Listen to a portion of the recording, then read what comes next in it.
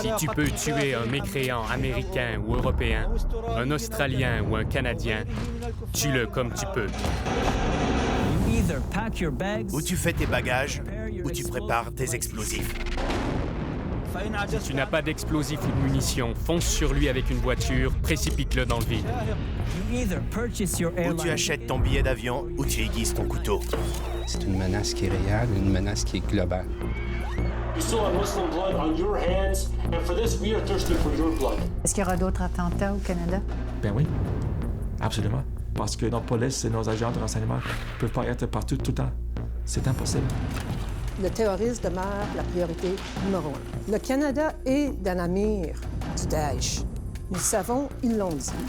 Ceci est un message pour le Canada. Nous arrivons et nous vous détruirons.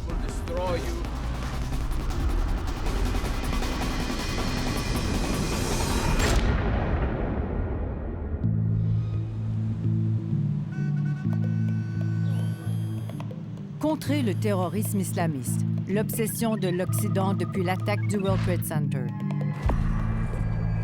Le Canada n'y échappe pas. Un premier complot terroriste connu sous le nom des 18 de Toronto est déjoué en 2006.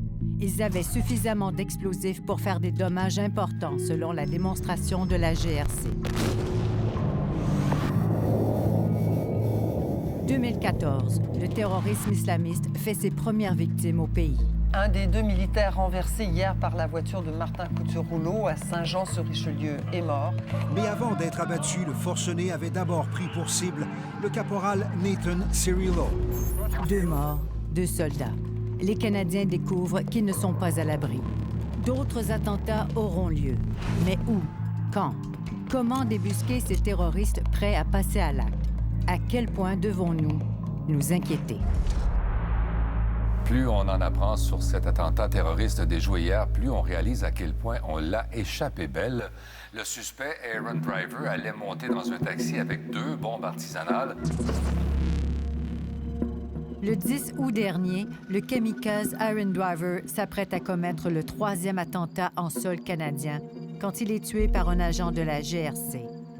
Le père d'Aaron ne blâme qu'une seule personne, son fils.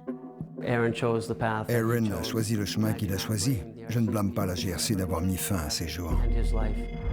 Aaron Driver a été dans la mire des autorités canadiennes pendant 18 mois. Mais le 10 août 2016, alors qu'il s'apprête à tuer des innocents, il n'est plus considéré comme une priorité. Amarnath Amarasinghe a connu Aaron Driver. Pour ce chercheur universitaire en radicalisation violente, il y a des leçons à tirer de son histoire. L'histoire d'Aaron Driver est intéressante parce qu'elle contient tous les éléments qui inquiètent les autorités. Ce n'est pas comme certaines attaques en Europe où les individus sortent de nulle part. Aaron était connu et surveillé. Aaron Driver, ou Harun Abdurrahman, un de ses pseudonymes musulmans, est né à Regina dans une famille de militaires. Il a une enfance difficile. Sa mère meurt d'un cancer au cerveau. Il n'a que 7 ans. C'était consternant. Il était en colère contre la terre entière. Il m'accusait d'avoir tué sa mère. À un moment donné, il a cessé de manger. Il voulait la rejoindre. Un jour, il m'a dit « Je voudrais que ce soit toi plutôt qu'elle ». Il n'avait que 7 ans et demi. C'était déchirant. Aucun père ne voudrait entendre cela. Aaron abandonne l'école et traverse son adolescence dans la drogue et l'alcool. 1 an avant de mourir, il est connu des autorités et parle ouvertement de sa radicalisation. À la radio de CBC, il confie qu'il a d'abord découvert l'islam à 17 ans, lorsque sa copine est tombée enceinte. I had a lot of responsibility coming my way very soon, so I started studying Islam. I just kind of did everything on my own, but mostly over the internet. Aaron explique que le point tournant de sa radicalisation serait la mort de son bébé à sa naissance. I think that strengthened my faith because it was like a reminder for me that everything in this life is temporary and death can come at any moment. À partir de ce moment, Aaron Driver affiche ouvertement ses idées de plus en plus radicales. À 20 ans, il rêve d'un califat. I don't think Muslims really belong in the West. Our ways of life aren't compatible. We can't practice our religion to the fullest extent here, living under, Canadian laws or just Western laws in general.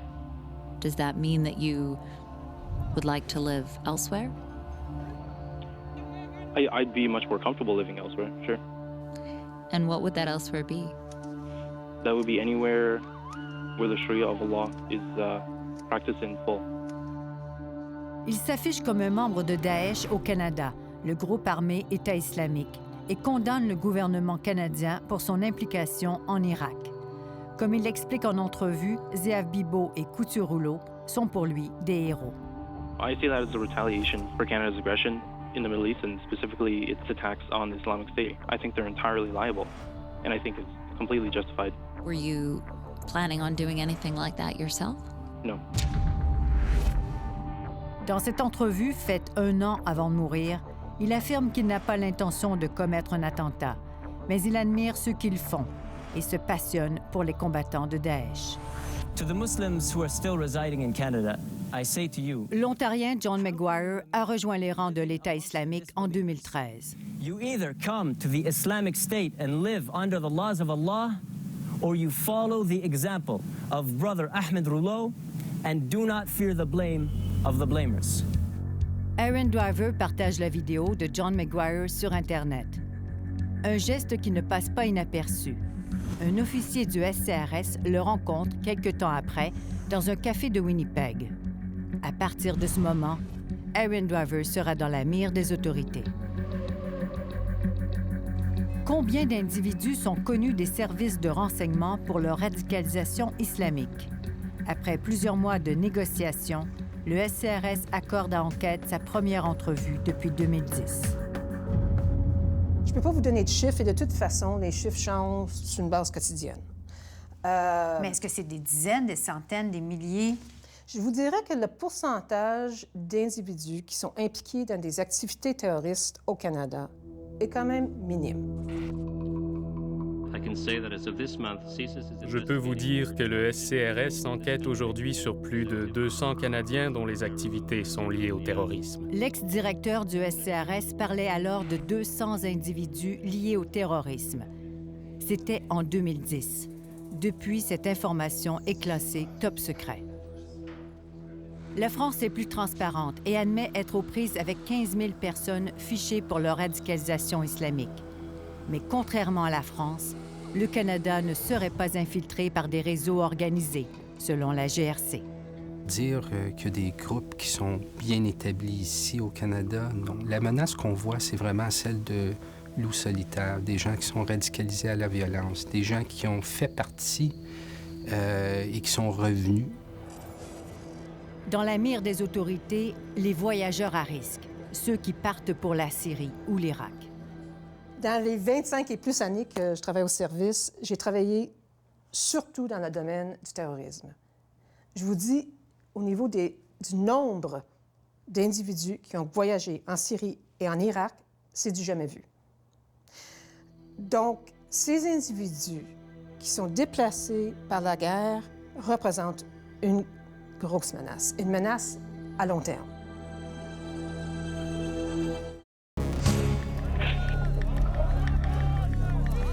Officiellement, 6 600 Occidentaux, une centaine de Canadiens, se trouvent actuellement en Turquie, en Syrie et en Irak.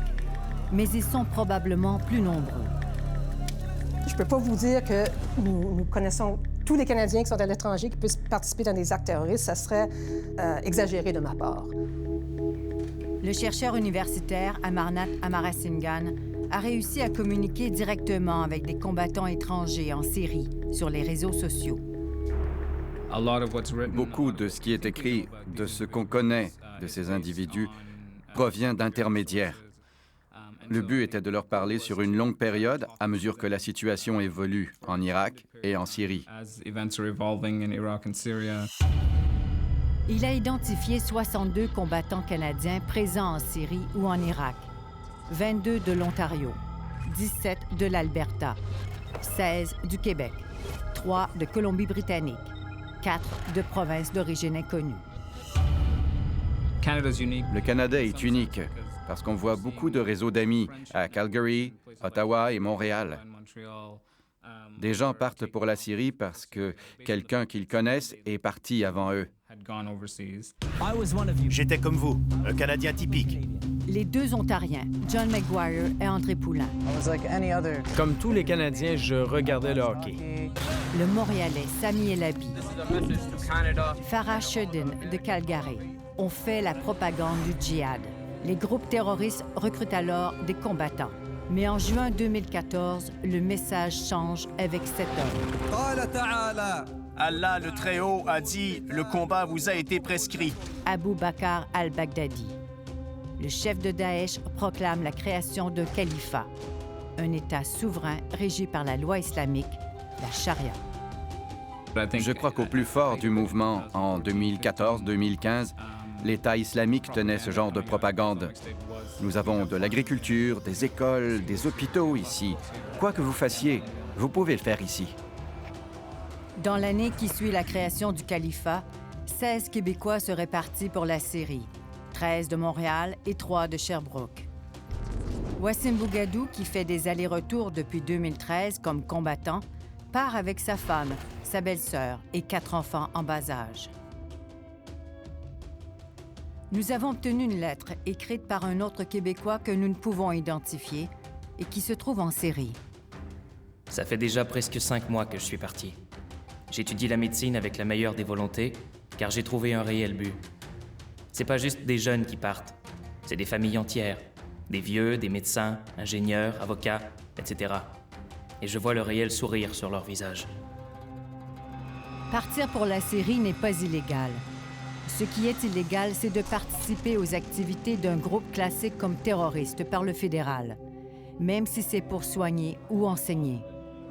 C'est d'ici que la GRC suit la trace de ceux qui partent, de ceux qui reviennent. La police fédérale accepte de nous dévoiler son centre d'opération top secret. Ce centre a été créé en 2014 à la suite des attentats au Parlement d'Ottawa.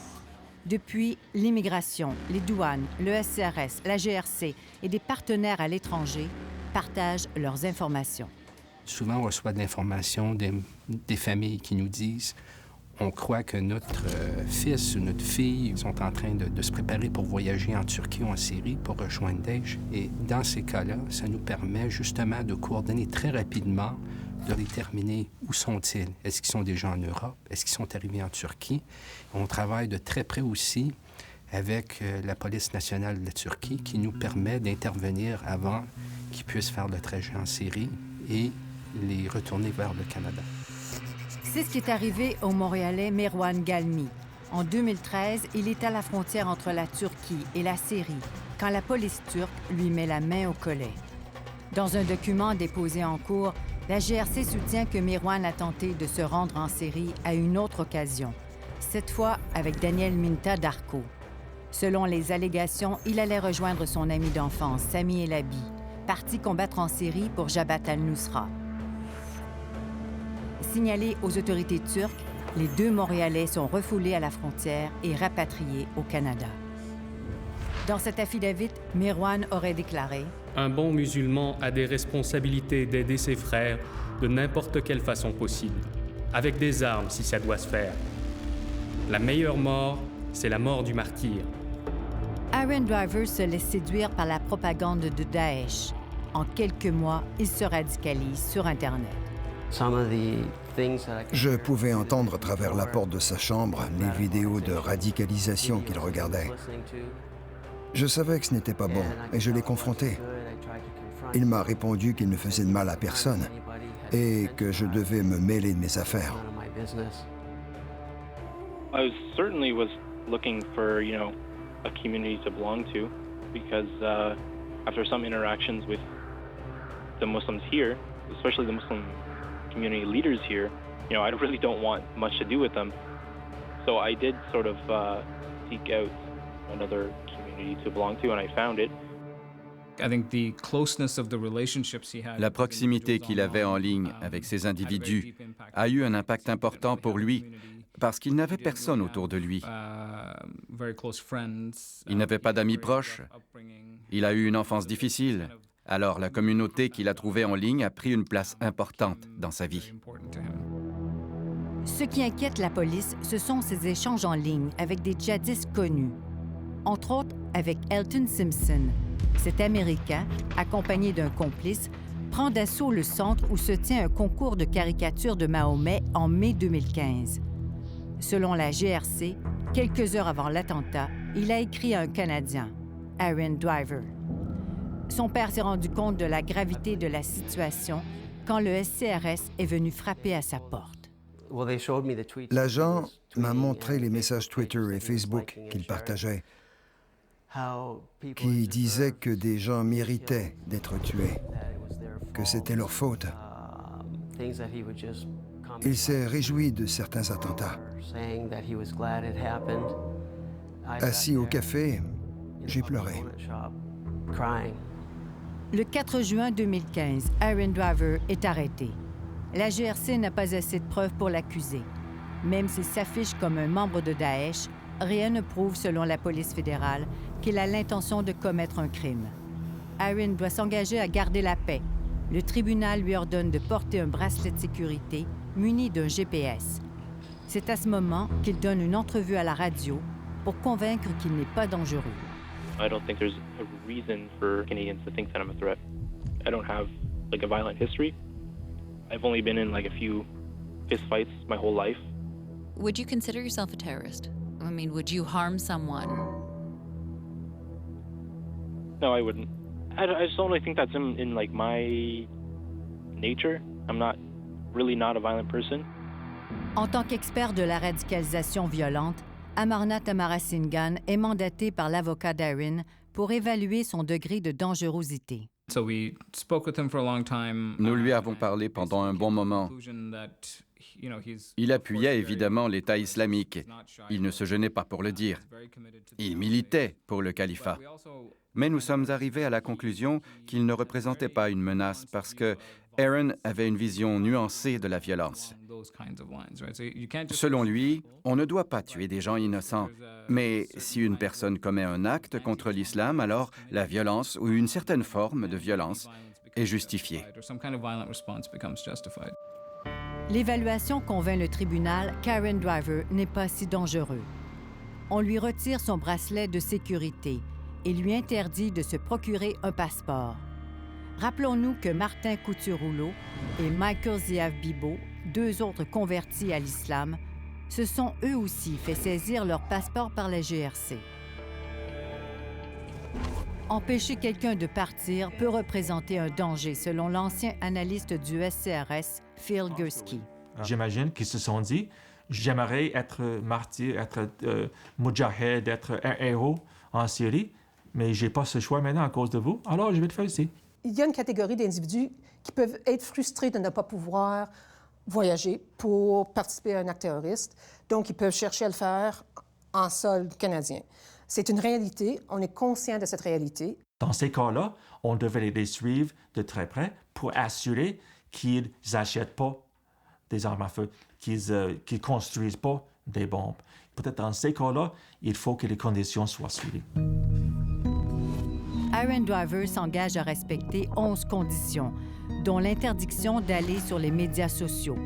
Il habite chez sa sœur à Strathroy, en Ontario, une petite municipalité rurale de 20 000 habitants. Aaron se rapporte à la police toutes les 2 semaines. Il va au gym et travaille dans cette usine de pièces automobiles. En apparence, il mène une petite vie tranquille et semble respecter ses conditions. À ce temps-là, ils ont pris la décision que M. Driver n'était pas le numéro 1. On a d'autres enquêtes. On a d'autres personnes qu'on s'est quittées là-dessus. En avril dernier, Aaron a écrit un texto à Amarnath. Je vais bien, grâce à Dieu. Le temps est beau. J'ai beaucoup d'amis et le travail va bien. Je suis toujours occupé, ce qui est bien. Je n'aime pas perdre mon temps. Amarnath ne recevra plus d'autres messages d'Aaron. 3 mois plus tard, 10 jours avant de mettre à exécution son projet meurtrier, des bruits suspects attirent l'attention des voisins. I was sitting out in the front porch and I heard a click click and then a big bang. It sounded like fireworks. Les voisins préviennent la police. Des agents se rendent sur place en sachant que l'homme qui habite cette maison est sur le radar de la GRC pour ses activités liées au terrorisme. Les policiers croient qu'il s'agit de feux d'artifice et ne jugent pas pertinent de demander un mandat de perquisition. Il n'y a pas de surveillance attentive. De toute évidence, il a été capable d'apprendre comment fabriquer une bombe, d'acheter ce qu'il fallait et de la fabriquer dans sa cour arrière sans que personne ne s'en aperçoive, alors qu'il s'était engagé à garder la paix.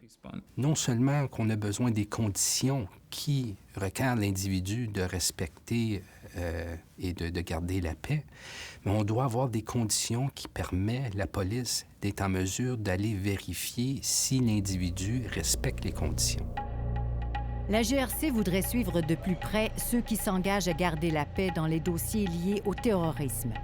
Elle veut pouvoir intervenir plus rapidement, ce que la loi ne lui permet pas actuellement. Le ministre fédéral de la Sécurité publique reconnaît qu'il faut tirer des leçons de l'affaire Driver. That is obviously a lesson that one needs to look at very carefully, and we are examining very carefully what we need to do to make our police and security activity more effective. Le gouvernement fédéral attendait la fin des audiences publiques sur la sécurité nationale qui viennent de se terminer pour apporter des changements. Aaron prend régulièrement un taxi pour se rendre à la mosquée de London, à 35 km de chez lui. Aaron l'ignore, mais les leaders de la mosquée sont en contact avec la GRC. Nous ne sommes pas une agence de police ou d'évaluation. On s'assurait plutôt de l'impliquer, de favoriser les échanges, de le rapprocher de la communauté. Des membres de la mosquée ont tenté de lui enseigner les vraies valeurs de l'islam. À plusieurs occasions, des gens lui ont parlé du message, de la vraie nature de l'islam. Ils lui ont dit que les visions radicales qui pouvaient mener à des injustices ou à toute forme de violence étaient totalement inacceptables. Aaron est fermé à ce genre de discours et n'est pas prêt à remettre en question ses idées radicales. Maybe, I'm past the point of no return and I can't be de-radicalized.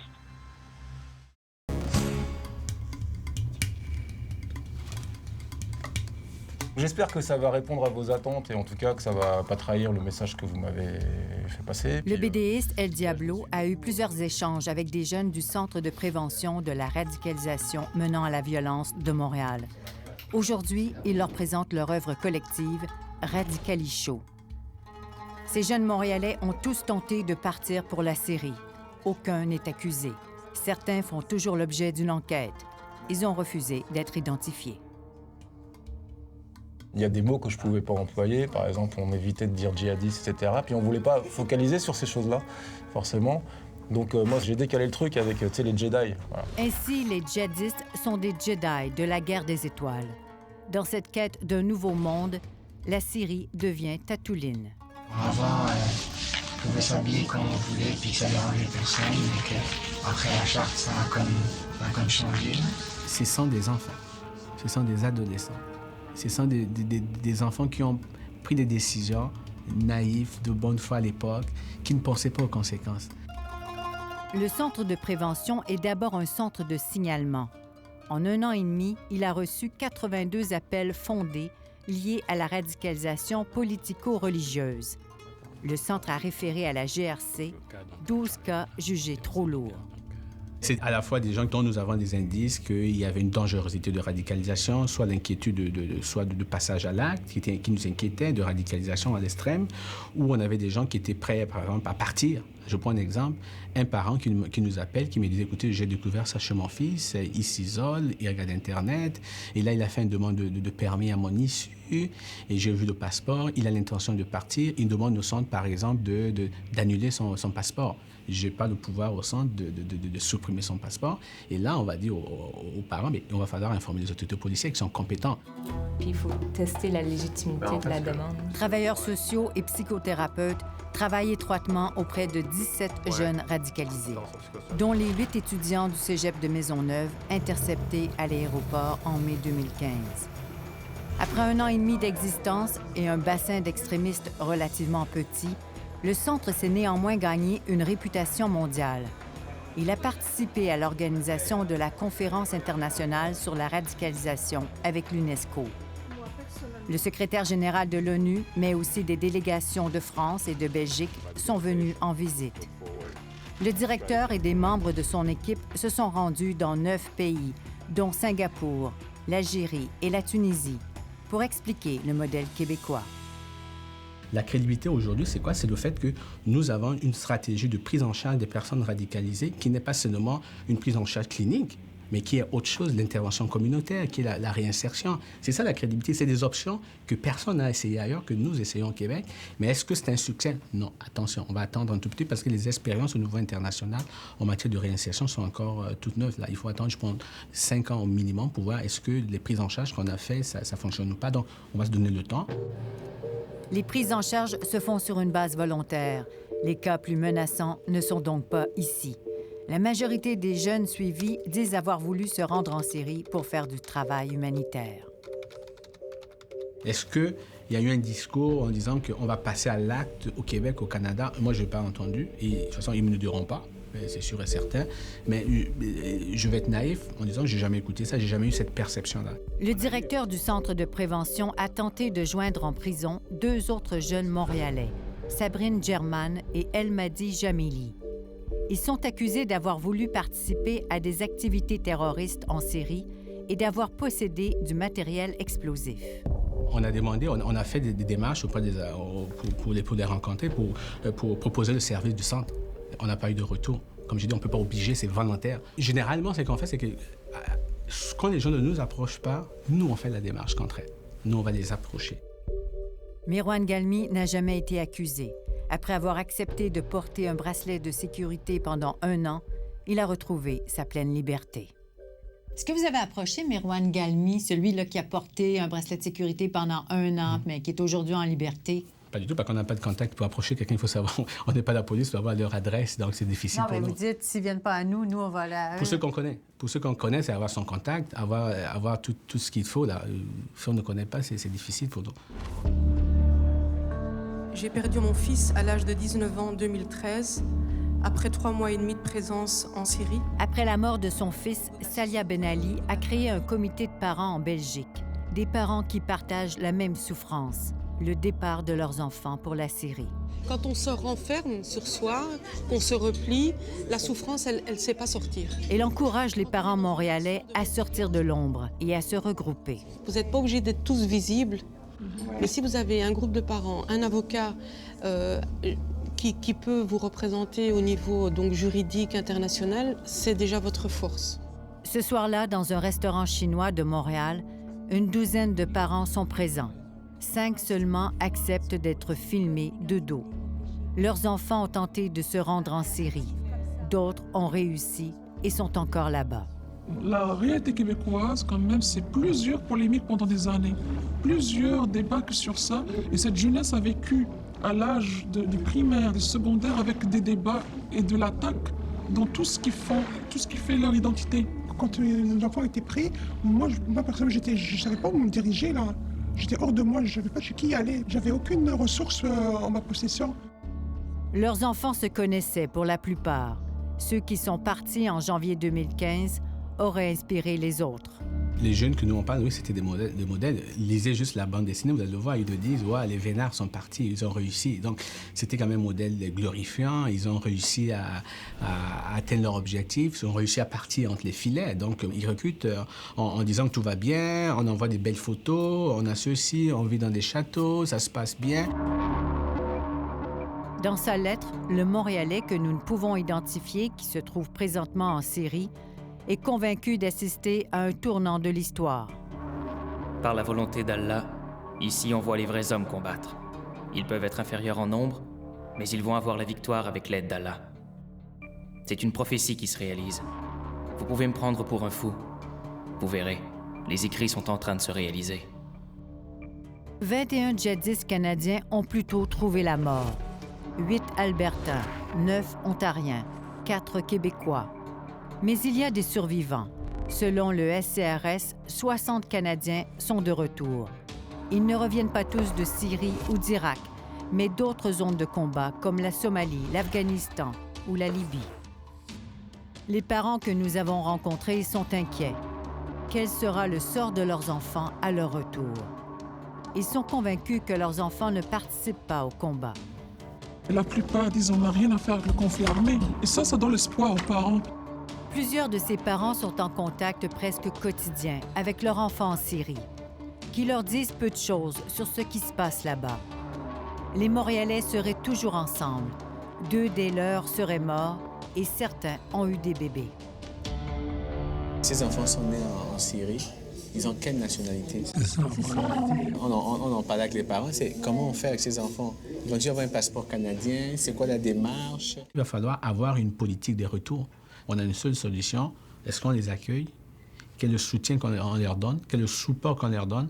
Ce qui est sûr et certain, l'option présente n'est pas appropriée pour tout le monde. Il faut évaluer cas par cas, s'assurer que chaque personne ait le soutien psychosocial nécessaire pour que ces personnes soient réintégrées dans notre société. Les individus qui reviennent de ces zones sont une grande priorité pour le service parce qu'il faut évaluer, est-ce qu'ils reviennent pour une mission? Est-ce qu'ils reviennent pour faire un attentat au Canada? Ou est-ce qu'ils reviennent parce qu'ils ne veulent plus rien savoir du groupe terroriste? Ça arrive aussi. Ces gens-là, à leur retour, on va certainement les interviewer, savoir quelles sont leurs intentions, où est-ce qu'ils vont demeurer, qu'est-ce qu'ils cherchent à faire. C'est certain que nous allons porter une attention à ces gens-là. À moins qu'ils ne s'affichent comme des combattants dans les publications de Daesh, il est très difficile de les accuser. C'est extrêmement difficile de recueillir la preuve nécessaire parce que nous n'avons pas une bonne couverture des activités qui se passent en Syrie ou en Irak. Parmi ceux qui sont revenus au Canada, aucun n'est en prison. Aucune accusation n'a été portée contre eux. Le 18 décembre 2015, ce Montréalais se prenait en égo-portrait avec le premier ministre Justin Trudeau. Il fait pourtant l'objet d'une enquête. La GRC le soupçonne d'avoir pris part à une prise d'otage de 2 Américains en Syrie pour Jabhat al-Nusra. Est-ce qu'ils peuvent vraiment surveiller tous ceux qui reviennent? Ils peuvent le faire. Mais on me dit, par exemple, pour la GRC, de suivre quelqu'un physiquement et d'avoir toutes les télécommunications, etc. Chaque personne, il faut au moins 40 personnes. Pour un individu? Un individu, 40 personnes. Les autorités policières avouent leur incapacité à suivre tous ceux qui reviennent. La situation ne va pas s'améliorer. Depuis octobre dernier, les combats font rage en Irak et en Syrie pour libérer les villages et les villes occupées par Daesh. Le SCRS s'attend à ce que plusieurs Canadiens reviennent. Après la pause, la GRC fait le pari de la prévention. Peut-être les gens ils vont penser qu'on est là pour les espionner ou pour soutirer de l'information. Et ça, on ne veut pas. On veut que ça soit clair qu'on est là au niveau de la sensibilisation. Our investigation demonstrated that this was a domestic threat. Le commissaire adjoint James Malicia établit les priorités de la GRC. Il décide qui est surveillé, qui ne l'est pas. Ici, vous voyez une photo de mon grand-père, Nicolas. Il prend ses décisions en se rappelant son grand-père. Aux petites heures du matin, mon grand-père a été arrêté. En fait, la GRC est arrivée à la maison et ils ont sorti tous les enfants, incluant ma mère. En 1940, son grand-père a été interné pendant 3 ans parce qu'il était soupçonné d'être un fasciste. Le fait que 31 000 Italo-Canadiens avaient été déclarés étrangers ennemis et plus de 600 ensuite emprisonnés sans procès est une leçon que nous devons jamais oublier. Et nous devons faire attention quand nous abordons des questions de sécurité nationale pour s'assurer que nous n'allons pas criminaliser une communauté comme ça a été fait par le passé. La lutte contre le terrorisme évolue. L'ennemi change. Les stratégies pour y faire face aussi. Depuis les attentats de Paris, le Canada mise beaucoup sur la prévention. Un dimanche après-midi d'été dans une fête communautaire du quartier Saint-Michel à Montréal. La GRC veut gagner la confiance de la population. particulièrement de la part des immigrants qui arrivent de pays totalitaires où la police est corrompue. Peut-être les gens ils vont penser qu'on est là peut-être pour les espionner ou pour soutirer de l'information. Et ça, on ne veut pas. On veut que ça soit clair qu'on est là aussi au niveau de la sensibilisation. La GRC enseigne à tous les corps de police du pays à détecter les signaux de radicalisation. Il n'y a pas de recette miracle. C'est pas parce qu'on a tel facteur que la personne va se radicaliser. C'est pas parce que ce plan-là, il fonctionne pour désengager une personne, il va fonctionner pour toutes les personnes. Donc, chaque cas est unique. La GRC ne peut pas surveiller tout le monde. Il y a donc besoin d'antennes. Des compagnies liées au secteur de l'énergie, des transports et des banques apprennent à reconnaître les indices d'attentats. Ce sont des secteurs névralgiques qui peuvent être la cible de terroristes. Vous connaissez votre infrastructure, votre domaine, votre environnement, votre carré de sable. C'est plus facile pour vous de détecter des signes étranges. Mais c'est ça le système des signalements des incidents suspects. Le SCRS et la GRC le répètent. Lutter contre le terrorisme, c'est l'affaire de tout le monde. Le plus important complot terroriste au Canada, celui des 18 de Toronto, a été déjoué grâce à la filature de la police et la dénonciation de Mohamed Robert Heft, un leader religieux. Aaron Driver a été dénoncé à la police par des leaders musulmans, sous surveillance policière pendant 18 mois, et pourtant... Je suis resté sans voix, soufflé. J'étais au volant de mon auto quand un ami journaliste m'a demandé si je suivais ce qui se passait à Strathroy. Je lui ai dit que non. Il n'y avait qu'une seule personne à Strathroy qui pouvait correspondre. J'espérais que ce ne soit pas lui. Il était sous surveillance depuis si longtemps, ça ne pouvait pas être lui. En voyant cette vidéo à la télé, il reconnaît Aaron à ses yeux. J'étais atterré, c'était incroyable. Cette vidéo testament a d'abord été remarquée par le FBI, qui a aussitôt reconnu l'accent canadien et prévenu la GRC. Aaron l'avait envoyé à un individu que le FBI surveillait. I give my pledge of allegiance to Abu Bakr al-Baghdadi, Amir al-Mu'minin. He's called for jihad in the lands of the Crusaders, and I'm responding to his call. Khalas. Le 10 août dernier, il monte dans un taxi avec 2 bombes sur lui. Il demande au chauffeur de le conduire au centre commercial City Plaza, à London. Si on se fie à son propre témoignage, il allait peut-être se faire exploser à ce centre de recrutement de l'armée. These people who are part of the system. It's not attacking like innocent people who are just going about their daily lives. Encerclé par des policiers alors qu'il s'apprête à partir en taxi, Aaron déclenche la bombe qu'il porte sur lui, sans grand dégât. Il est abattu devant chez lui par un agent de la GRC.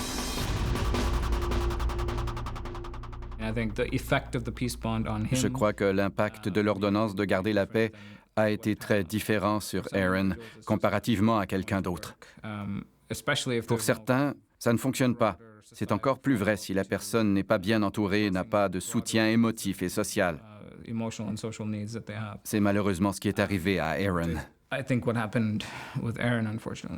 Même au moment où ce qu'on croit que certains individus peuvent justement être sur une bonne voie, on n'est pas à l'intérieur de leur tête.